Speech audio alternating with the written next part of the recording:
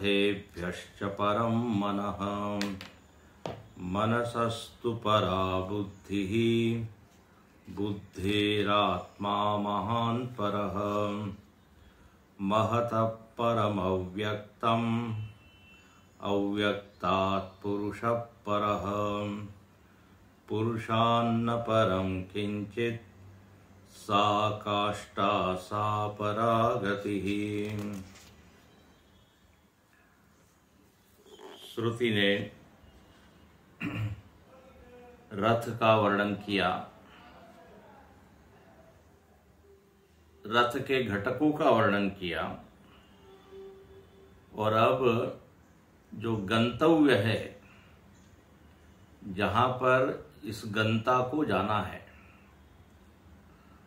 गंता मतलब यह जो जीव है जिसको पीछे रुतपम कहा था, रुतपम कर्म फलों का जो भोक्ता है, जो जीवात्मा है, बोले उसका गंतव्य क्या है। तो गंतव्य लिखा पुरुषः सा काष्ठा सा परागति। पुरुष मतलब निरंश निरवयव निर्विकार निराकार चैतन्य,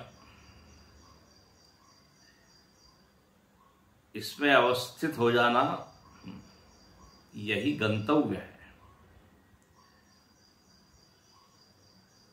इसमें प्रतिष्ठित हो जाना, स्थिर हो जाना,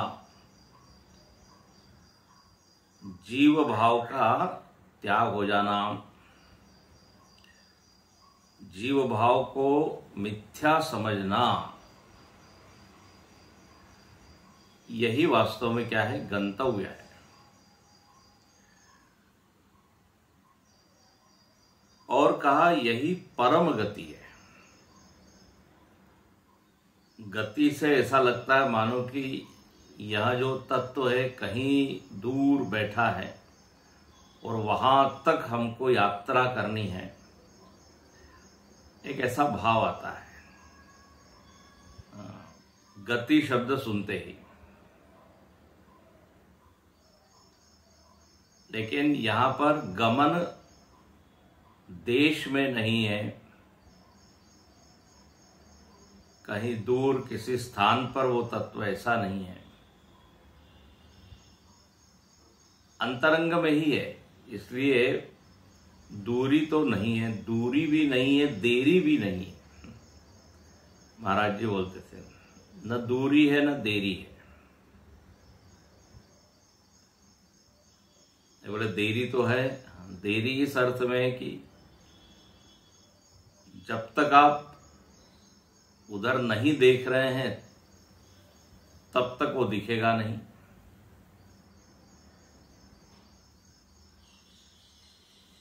देरी का कारण डिस्टेंस नहीं है,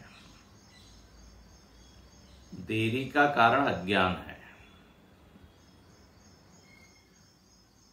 अज्ञान के कारण मुख हमारा उल्टी दिशा में है, गलत दिशा में है। तो यहां पर ये जो दो मंत्र हैं, ये दो मंत्र हमको गंतव्य तक ले जाने में मदद करते हैं। इसलिए ये दोनों मंत्र बहुत ही महत्वपूर्ण है। इसको आप लोग याद कर लीजिए। इंद्रियेभ्य परार्था अर्थेभ्यश्च परम मनः मनसस्तु परा बुद्धे बुद्धेरात्मा महान परः। और उसके आगे का भी महतः परम अव्यक्तम इत्यादि। तो यहां पर गंतव्य तक की यात्रा बताई गई है कि वो साधक किस तरह से वहां तक पहुंचे हैं।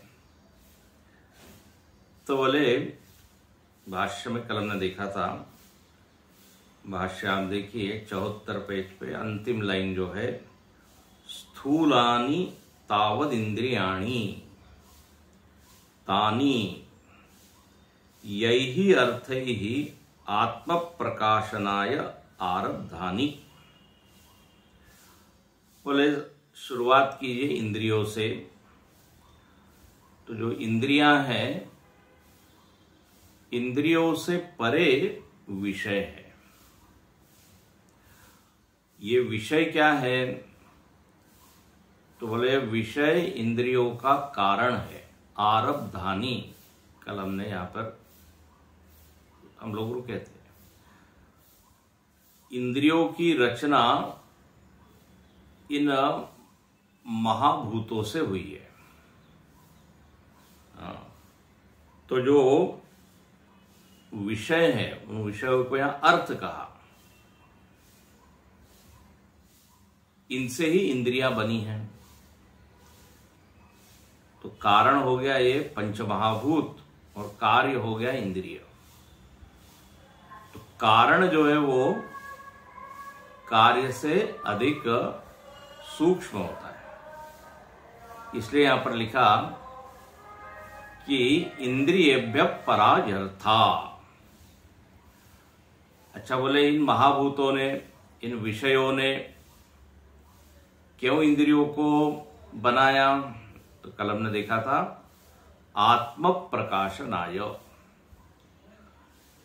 हर महाभूत में एक एक विषय है। शब्द, स्पर्श, रूप, रस, गंध एक एक महाभूत का विषय है। पृथ्वी का विषय है गंध। अब जो लोग वेदांत पढ़े होंगे प्रारंभिक ग्रंथ, उनको मालूम होगा।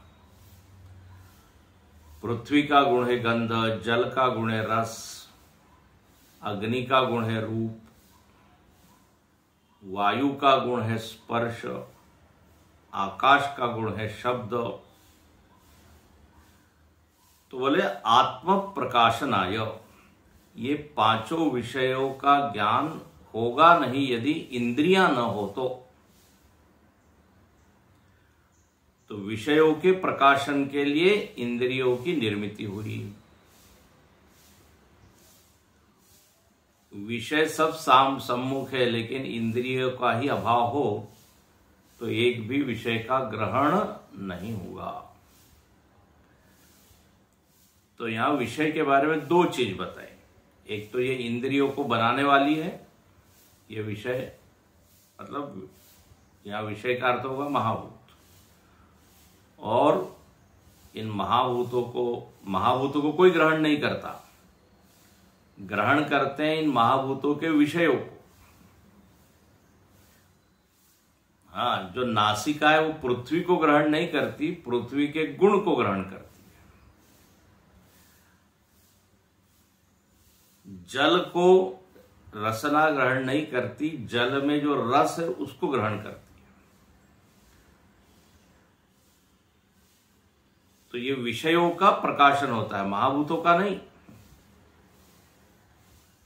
तो इंद्रियों ने ये काम किया, तो विषय में दो चीज हो गई। ये इंद्रियों का कारण है और इंद्रियों के द्वारा ग्रहण किए जाते हैं।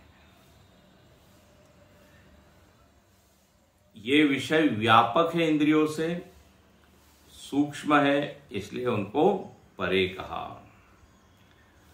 अच्छा, अब इंद्रियों से परे क्या है? विषयों से परे। इंद्रिय से परे हुए विषय, विषय से परे है मन। अर्थेभ्यश्च परम मनः। अर्थों से परे मन है। तो अब यहां इसका अर्थ बताते हैं 75 पृष्ठ पर पहली लाइन। स्वकार्येभ्य ते परायर्थाः सूक्ष्माः महान्तश्च प्रत्यगात्मभूतश्च तेभ्यः अपि अर्थेभ्यश्च परम सूक्ष्मतरम महत्प्रत्यगात्मभूतम च मनः। विषयों से परे मन है। यह अब दूसरा चरण। इंद्रियों से परे विषय, ये पहला। दूसरा, विषय से परे है मन। अब यहां पर भाष्यकार आगे बढ़ने के पहले ये हमको जरा स्पष्ट कर देते हैं कि परे शब्द का अर्थ क्या है। ये परता आ रही है, इंद्रिय से परे, विषय विषय से परे, मन मन से परे, बुद्धि बुद्धि से परे, महत तत्व। तो ये परता का जो एक क्रम आप बता रहे हैं, बोले पहले ये बता दीजिए ये परता मतलब क्या।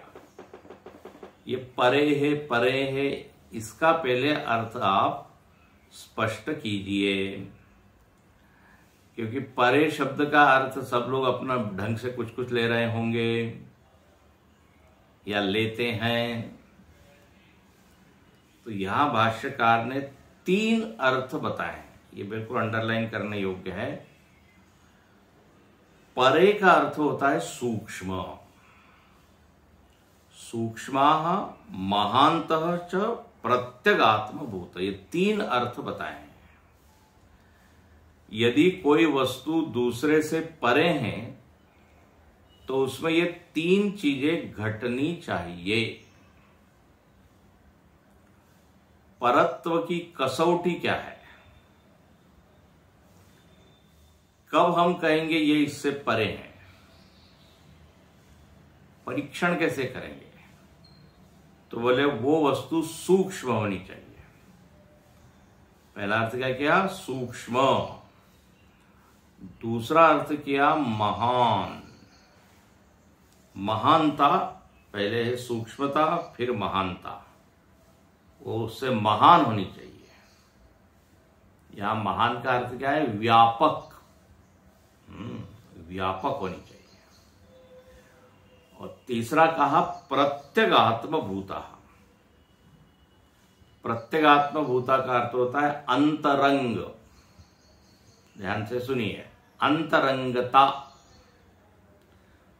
तो सूक्ष्मता, महानता और अंतरंगता प्रत्यगात्म भूत का अर्थ है। ये 3 होने चाहिए यदि आप किसी को दूसरे से परे कह रहे हैं। तो ये 3 मीटर है, समझ लीजिए, ये लगा के देखिए। सूक्ष्म है क्या, तो परे। व्यापक है क्या, प्रत्यगात्मा। ये प्रत्यगात्मा शब्द बड़ा अच्छा है। प्रत्यगात्मा का अर्थ होता है अंतरंगता, और इसका यहां पर आनंद गिरि जी महाराज ने लिखा प्रत्यगात्म भूत मतलब क्या। तो आप आनंद गिरि जी टीका में पहला ही वाक्य देखिए, प्रत्यगात्म भूताश्चैति प्रत्यग अनपायी स्वरूप भूता इत्यर्थ। प्रत्यक का अर्थ है, एक तो जैसे हमने कहा अंतरंग, और दूसरा अर्थ बताते हैं अनपायी। अनपायी का अर्थ होता है पहले अपाय, अपाय मतलब हटाना, अनपाय मतलब जिसको हटा नहीं सकते, तो ये अनपायी। अब जैसे हम उदाहरण देते हैं, घट का प्रत्यगात्मा है मिट्टी। घट का प्रत्यगात्मा है मिट्टी, मतलब क्या, मिट्टी को यदि आप हटा दें तो घट का अस्तित्व नहीं रहेगा। तो जिसके बिना वो वस्तु न रहे उसको कहेंगे प्रत्यगात्मा। मिट्टी से घट से अंतरंग क्या है, तो बोले मिट्टी। मिट्टी प्रत्यगात्मा है, मिट्टी उस घट की आत्मा है मानो। मिट्टी का यदि अपाय हो जाए तो घट का भी अपाय हो जाएगा। इसलिए कहते हैं मिट्टी अनपायी है घट के संदर्भ में। घट का अस्तित्व बनाए रखना है तो मिट्टी को आप निकाल नहीं सकते। तो हो गया ना प्रत्यगात्मा। जैसे ये स्थूल शरीर है, इसका प्रत्यगात्मा क्या हो जाएगा, तो बोले पंचमहाभूत। पंचमहाभूत का अपाय कर दो तो शरीर भी नहीं रहेगा। प्रत्यगात्मा का अर्थ क्या? अनपाई। प्रत्यग अनपाई स्वरूप भूता इत्यर्थ। तो जो वस्तु परे होती है वो प्रत्यग होती है, अंतरंग होती है, और उसके ऊपर बाहर की जो चीज है उसका अस्तित्व निर्भर रहता है। तो विषय से, जैसे अभी कहा, इंद्रियों से परे विषय है। अभी अभी हमने उदाहरण दिया, यदि ये विषय न हो, पंचमहाभूत न हो, तो इंद्रियों की सत्ता रहेगी क्या? नहीं रहेगी। इसलिए वो ज्यादा सूक्ष्म, ज्यादा महान और प्रत्यक्ष, और इसलिए परे, इंद्रियों से परे हो गए विषय। अब कहते हैं तेभ्यो भी अर्थेभ्यश्च परम। अब ये विषय से परे है मन। हाँ देखो, तुरंत यहां पे भाष्यकार कहते हैं आप कह रहे हो विषयों से परे मन है, तो तीनों कसौटी में कस के उसको देखिए। मन को कैसा होना चाहिए? सूक्ष्म। इसलिए कहते हैं सूक्ष्म तरम। तरम कंपैरेटिव, मतलब विषय से परे, विषय से सूक्ष्म मन है, विषय से महान मन है, विषय से प्रत्यगात्मा भूतम मन है। जैसे ही आपने बोल दिया विषय से परे मन है, ये तीनों उसमें लगने चाहिए। तो निश्चित ही विषय से सूक्ष्म तो मन है, परे जब बोल रहे हैं तो सूक्ष्म है, महान है, व्यापक है, और अंतरंग है, प्रत्यगात्म भूत। तो ये हो गया मन। अच्छा, अब यहां पर मन का अर्थ भाष्यकार क्या करते हैं? मन से हम लोग तो अर्थ अपना परिचित मन लेते हैं, जो कभी हमारी मानता नहीं है, जो कभी एकाग्र नहीं होता, भटकता रहता है। हम लोग तो मन कहते ही यही अर्थ आता है। जो विकारग्रस्त है, जो परेशान करता है, वो है मन। नहीं स्वामी जी, हमारा मन अच्छा है, तो चलो ठीक है। इसलिए समर्थ रामदास स्वामी ने मन के ऊपर श्लोक लिखे हैं, तो उस मन को डांटते नहीं है, वो बार बार कहते हैं मना सज्जना। ऐसा उनके हर श्लोक में आता है, ये मन सज्जन है। ऐसा नहीं है कि इसमें केवल विकार ही है, ये बड़े बड़े काम करता है, इसमें अच्छे गुण भी है। तो ये हमारा परिचित मन। लेकिन यहां पर क्या करते हैं कि विषय से परे मन है, तो मन शब्द वाच्यम मनसः आरंभकम भूत सूक्ष्मम। अब भाष्यकार ने मन शब्द का अर्थ कर दिया भूत सूक्ष्म।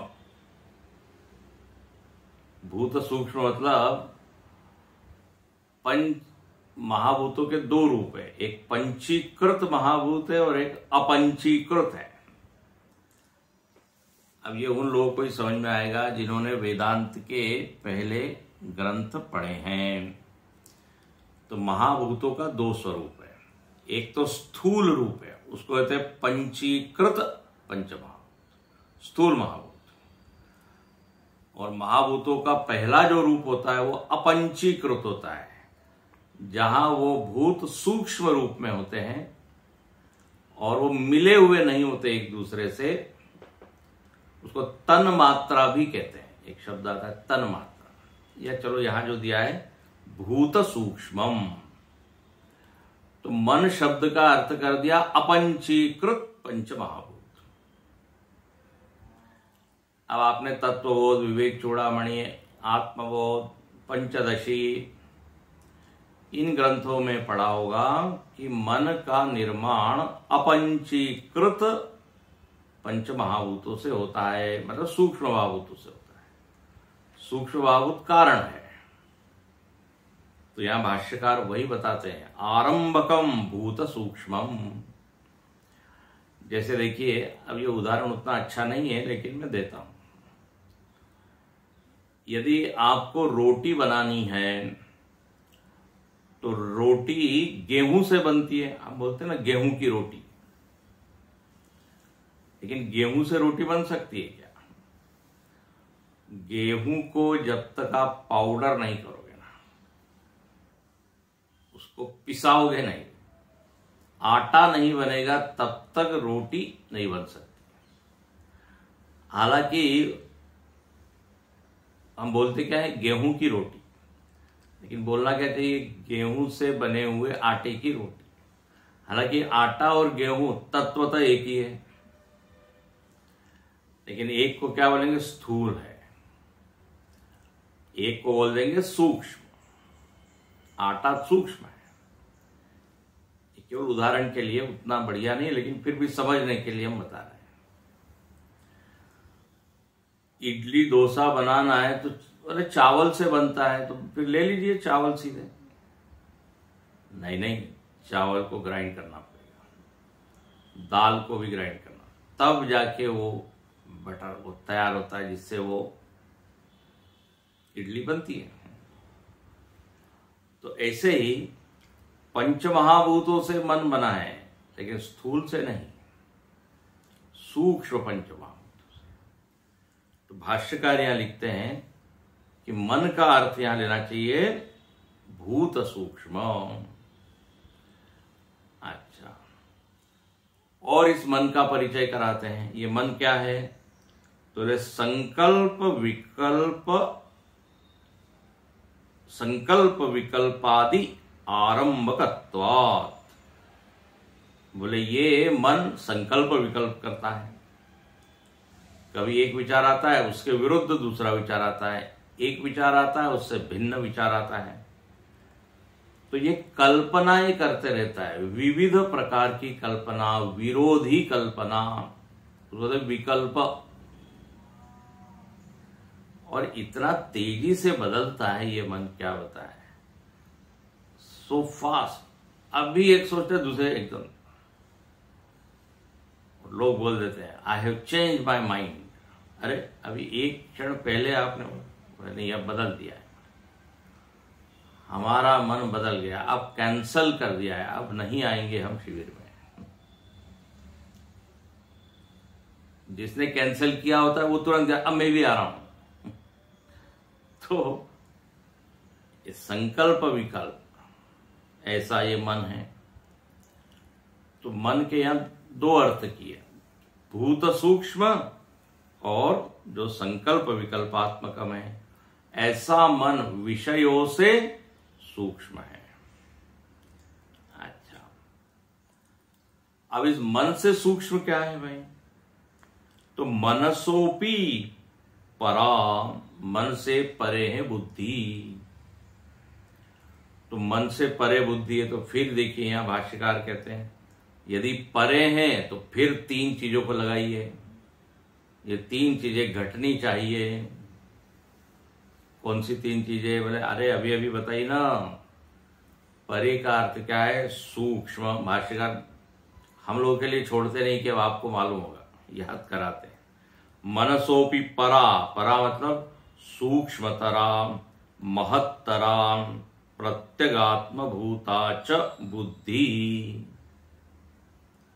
मन से भी परे क्या है? बुद्धि है। तो परे मतलब फिर सूक्ष्म है, बुद्धि महान है, व्यापक है और अंतरंग है और अनपायिनी है। बुद्धि को हटाएंगे तो मन नहीं होगा, है ना, याद रखिए। प्रत्यगात्म भूता च बुद्धि। अच्छा, अब इस बुद्धि का लक्षण एक और किया। क्या किया? बुद्धि शब्दवाच्यम अध्यवसायादि आरंभकम भूत सूक्ष्मम। बोले ये जो बुद्धि है इसका इसकी विशेषता क्या है? तो बोले ये अध्यवसाय। अध्यवसाय मतलब निश्चय। जो बिल्कुल पक्का निश्चय देती है, निर्णय करती है, डिसीजन देने वाली जो फैकल्टी है, हाँ, जब तक बुद्धि की मुहर नहीं लगती तब तक आगे कोई बात बनती नहीं। तो अध्यवसाय, बुद्धि ने जो निश्चय कर लिया, अब गलत हो सही हो, है ना, निर्णय कभी गलत निकलते कभी सही निकलते। तो कहते अरे मैंने निर्णय लिया था, अब देखो मैं भुगत रहा हूं, या बोले मैंने अच्छा हुआ समय पे सही निर्णय ले लिया। तो ये निर्णय वाली जो है, इसका काम, बुद्धि का ये काम है, निर्णय, निश्चय, अध्यवसाय, डिटर्मिनेशन, डिसीजन, डिस्क्रिमिनेशन, है ना, ये सब इंग्लिश में शब्द है, विवेक। तो ऐसी ये बुद्धि है। अच्छा, और ये बुद्धि का आरंभक कौन है? बुद्धि किससे बनी है? तो बोले भूत सूक्ष्मम। बुद्धि भी किससे बनी हुई है? भूत सूक्ष्म, अपंचीकृत पंचमहाभूतों से ये भी बनी है। अब यहां पे हम थोड़ा सा रुकते हैं मतलब आनंद गिरि जी महाराज ने यहां पर एक प्रश्न उठा दिया।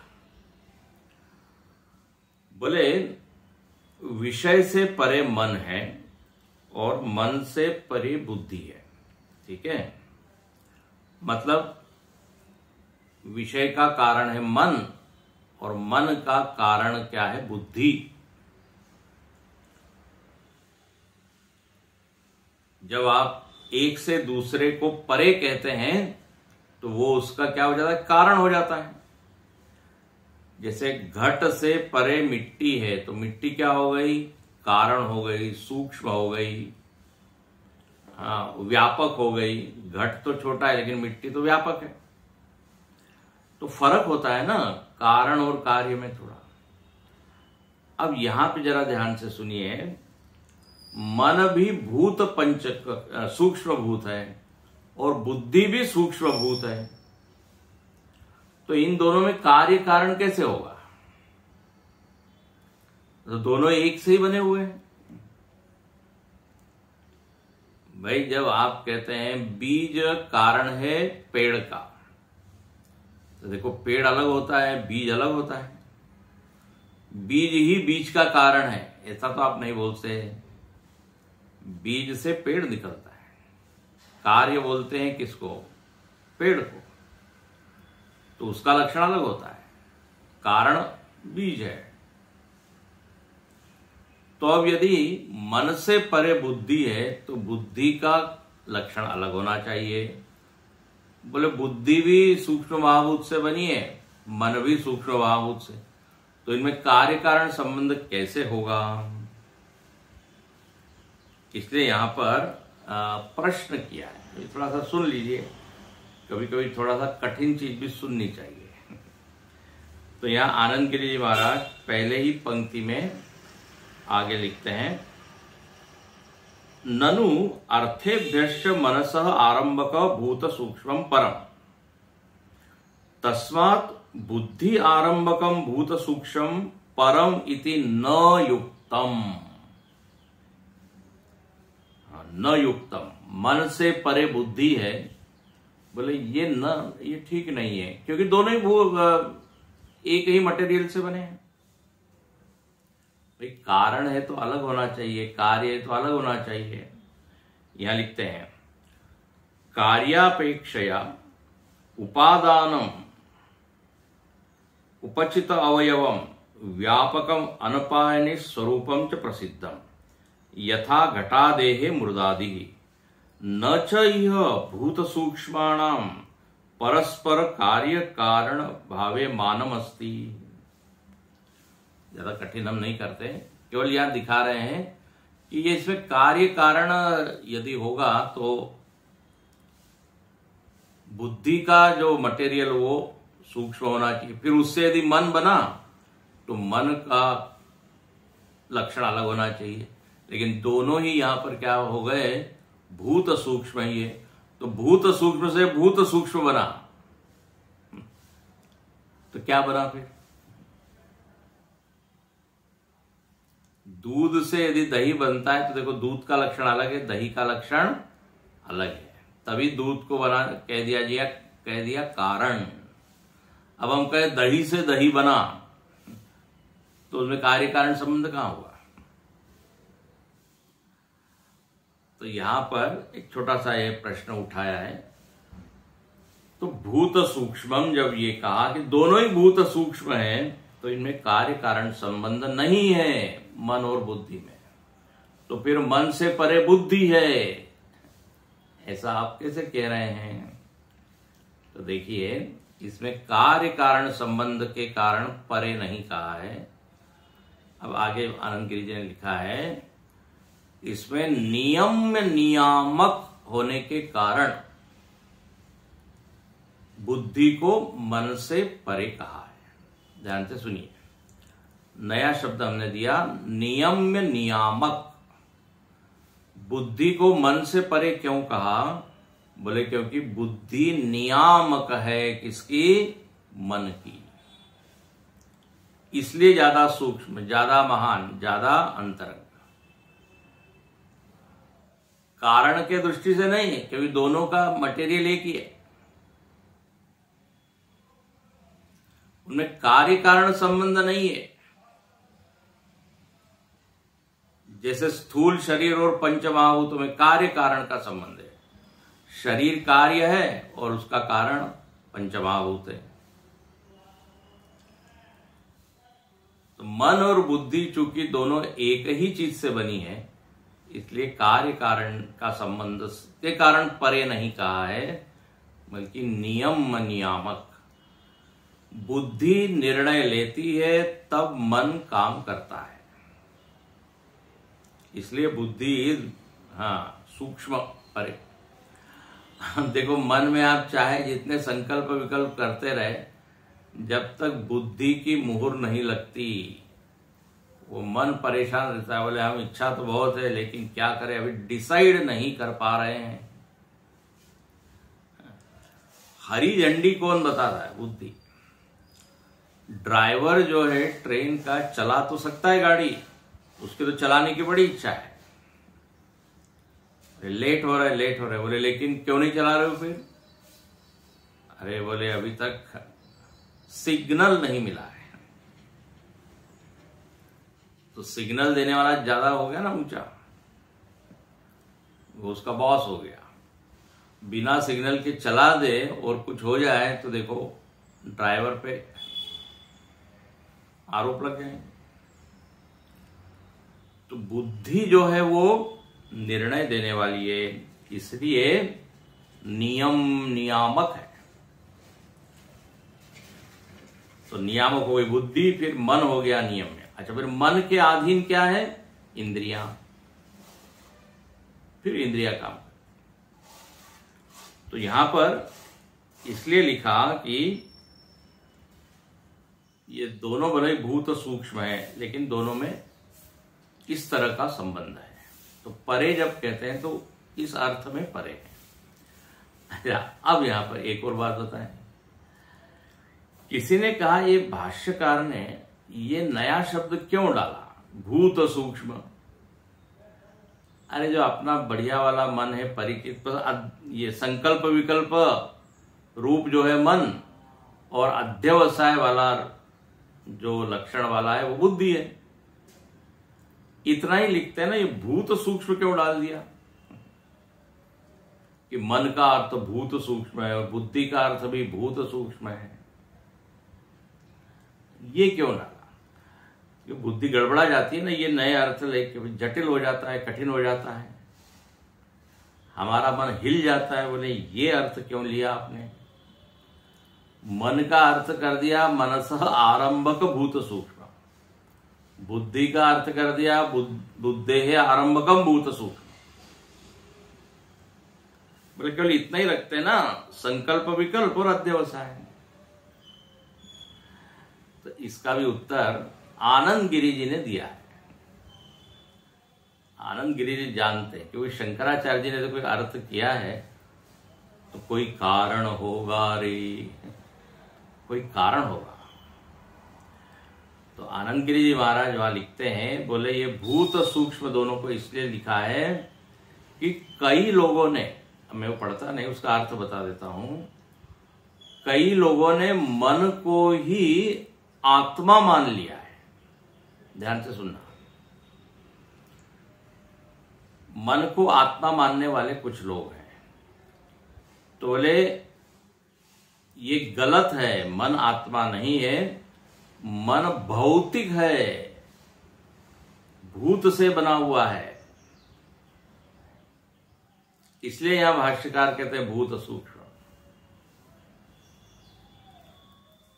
और यहां आनंद गिरी जी ने छांदोग्य उपनिषद का उदाहरण भी दिया। बोले मन जो है इसका संबंध अन्न से है ना, अन्न भी क्या है, पंचमहाभूत का ही, पृथ्वी का ही अंश है। अन्न का संबंध मन से है, अन्नमयम ही सौम्य मन, ऐसा आता है। वहां सिद्ध ये कर रहे हैं कि मन जो है वो अन्न की तरह एक भौतिक वस्तु है, भूत है, भूत से निर्मित है, आत्मा नहीं है। अन्न का संबंध है मन से, बिल्कुल है। वो छांदोग्य उपनिषद में कहानी आती है, किसी ने जब श्रुति ने कहा अन्नमयम ही सौम्य मन, बोले मन जो है वो अन्नमय है। बोले अन्न कैसे मन से संबंधित है? तो कहा कि ऐसा है, 16 दिन तक आप किचन में मत जाओ, भोजन मत करो। वो शिष्य को कहा उपवास करो। जो उसने उपवास किया, बोले हम तो जिएंगे कैसे? बोले नहीं, आप पानी पीते रहिए, बस उस पानी से आपका जीवन बना रहेगा। अच्छा, तो पानी पीते रहो। 17वें दिन जब आया तो उसको गुरुजी ने कहा वेद पाठ करो, सुनाओ, रुद्री सुनाओ, पुरुष सूक्त सुनाओ। अब उसको कुछ स्फुरित ही नहीं हो रहा है, स्फुरित ही नहीं हो रहा है। क्यों नहीं हो रहा है? अन्न का ग्रहण नहीं किया उसने। तब उसको समझ में आया अन्न का मन से संबंध है। आनंद गिरी जी महाराज ने लिखा है, उपचय अपचय, ये अन्न को आप ग्रहण करते हैं तो उससे फिर मन भी बलवान होता है। कहते हैं ना, जैसा खाए अन्न वैसा बनता है मन। तो पूरे उस प्रकरण का प्रयोजन ये बताना है कि मन जो है वो आत्मा नहीं है, ये भूत है। इसलिए भाष्यकार यहां मन को बोल दिया भूत सूक्ष्म। अच्छा, ऐसे ही बुद्धि का अर्थ भूत सूक्ष्म क्यों किया? बुद्धि बनी है पंचमहाभूतों से, अपंचीकृत पंचमहाभूत। ये क्यों आप लिख रहे हैं? केवल अध्यवसाय छोड़ देते हैं लिख के। बोले कई लोगों ने बुद्धि को भी आत्मा मान लिया। ले, बौद्ध दर्शन में जो बुद्धि है वही आत्मा है।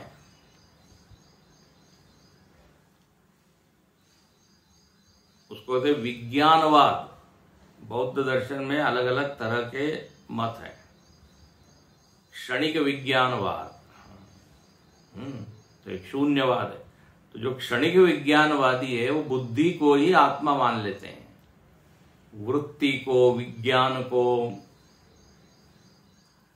तो भाष्यकार उनको याद कराते हैं, बोले नहीं नहीं, बुद्धि जो है वो भौतिक है। और आनंद गिरी लिखते हैं कि बुद्धि में करणत्व है, बुद्धि साधन के रूप में हम उपयोग करते हैं। तो बुद्धि कहां से आत्मा हो गई?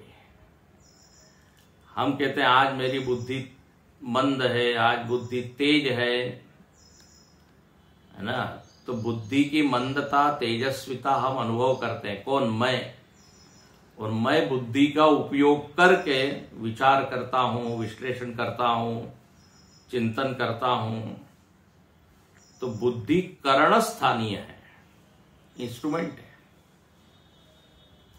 पेन से हम लिखते हैं तो पेन की कोई खुद की कोई क्या कहते हैं निर्णय निश्चय नहीं होता, हमारा होता है। तो ऐसे बुद्धि जो है वह तो करण स्थानीय है, आनंद गिरि जी ने लिखा है। इसलिए बुद्धि भी आत्मा नहीं है, वो भी एक पंचभूतों से बनी हुई चीज है। इसलिए भाष्यकार यहां मन और बुद्धि का अर्थ भूत सूक्ष्म ये करते हैं। आई होप आपको बात पकड़ में आ रही होगी, नहीं तो वैसे तो बड़ा सरल है। विषय से परे क्या कहते हैं, इंद्रियों से परे विषय है, विषय से परे मन है, मन से परे बुद्धि है। मन संकल्प विकल्प करता है, बुद्धि निश्चय करती है, तो डेफिनेटली बुद्धि सूक्ष्म है। इतना बोलने से भी हो जाता, लेकिन भाष्यकार को तो सबको देखना है ना, इसलिए यहां पे लिखते हैं कि ये भौतिक है। तो मन से परे हो गई बुद्धि। नियम्य नियामक भाव यहां पर है। अच्छा, अब बुद्धि से परे क्या है? बुद्धेरात्मा महान परः। बुद्धि से आत्मा है महान, बुद्धि से पर है महान आत्मा। अब यहां पे ध्यान से सुनना, बुद्धे आत्मा ऐसा लिखा है, बुद्धे ये षष्ठी विभक्ति है, बुद्धि की आत्मा ऐसा हो गया। बुद्धि की आत्मा कौन है? बोले महत तत्व। बुद्धि की आत्मा महत तत्व है। चलो सरल ही कर देते हैं, बुद्धि से परे महत तत्व है। बोले भाई ये बुद्धि से परे महत तत्व, ये क्या है महत तत्व? और यदि परे हैं तो फिर वो तीन चीजें वहां पे लगनी चाहिए। तो यहां पर भाष्यकार आप कहते हैं, इस पंक्ति को देख के हम पूर्ण करेंगे। बुद्धे है आत्मा, देखो भाष्य देखिए, बुद्धे है आत्मा सर्व प्राणी बुद्धि नाम प्रत्यगात्म भूतत्वात् आत्मा महान सर्वमहत्वात् अव्यक्तात् यत् प्रथमं जातम हिरण्य गर्भम तत्वम। कहते हैं बुद्धि से परे है महान आत्मा, और महान आत्मा का अर्थ सामान्य हम बोलते हैं महत तत्व। अच्छा, बोले महत तत्व क्या होता है? तो यहां लिखते हैं सारे प्राणियों के बुद्धि के भीतर जो बैठा हुआ है। देखो बिल्कुल बारीक बारीक लेयर्स हैं। सारे बुद्धियों का अनुग्राहक, सारे बुद्धियों के भीतर देखो, परे जब बोल दिया है बुद्धि से परे महत तत्व है, तो फिर तीन लक्षण घटने चाहिए। वो महत तत्व अधिक सूक्ष्म होना चाहिए, अधिक व्यापक होना चाहिए, और अधिक अंतरंग होना चाहिए। तो बोले हाँ है, बोले ये महत तत्व है। हाँ, महत तत्व का ही नाम होता है हिरण्य गर्भ। ओहो, हिरण्य गर्भ। अब ये हिरण्य गर्भ शब्द सुनते ही लोगों को जो है ना इसका अर्थ पकड़ में आता नहीं। बोले ये नहीं समझ में आता हिरण्य गर्भ क्या है।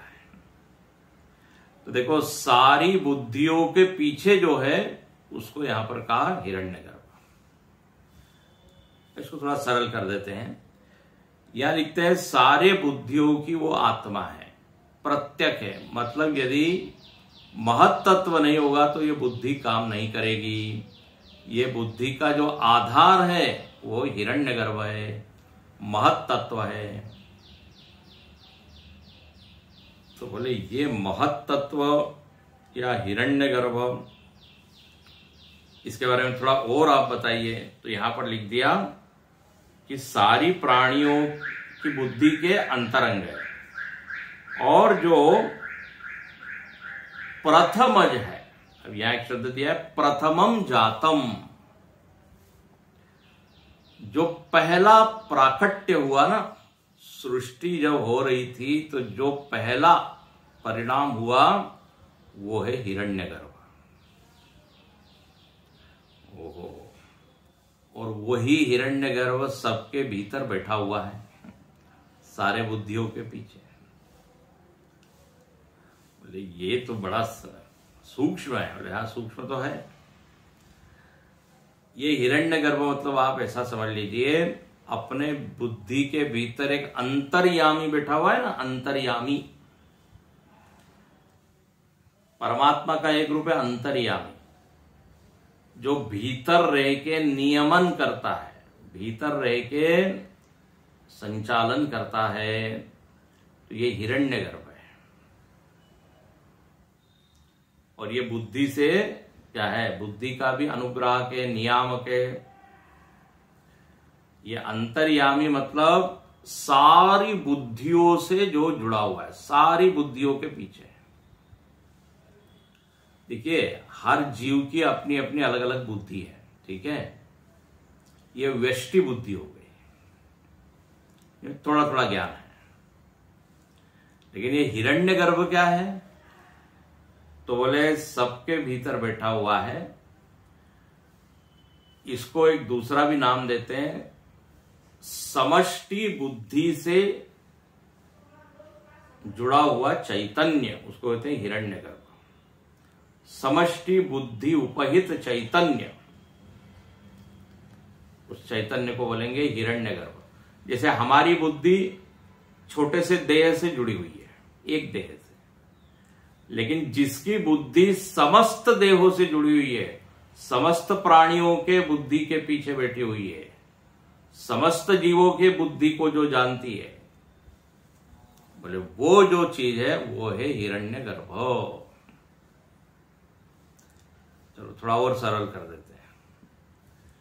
हमारी बुद्धि में ज्ञान है ना, थोड़ा थोड़ा ज्ञान तो है सबके भीतर। तो बोले इसका एक सोर्स होना चाहिए जहां से ये सारा ज्ञान आया।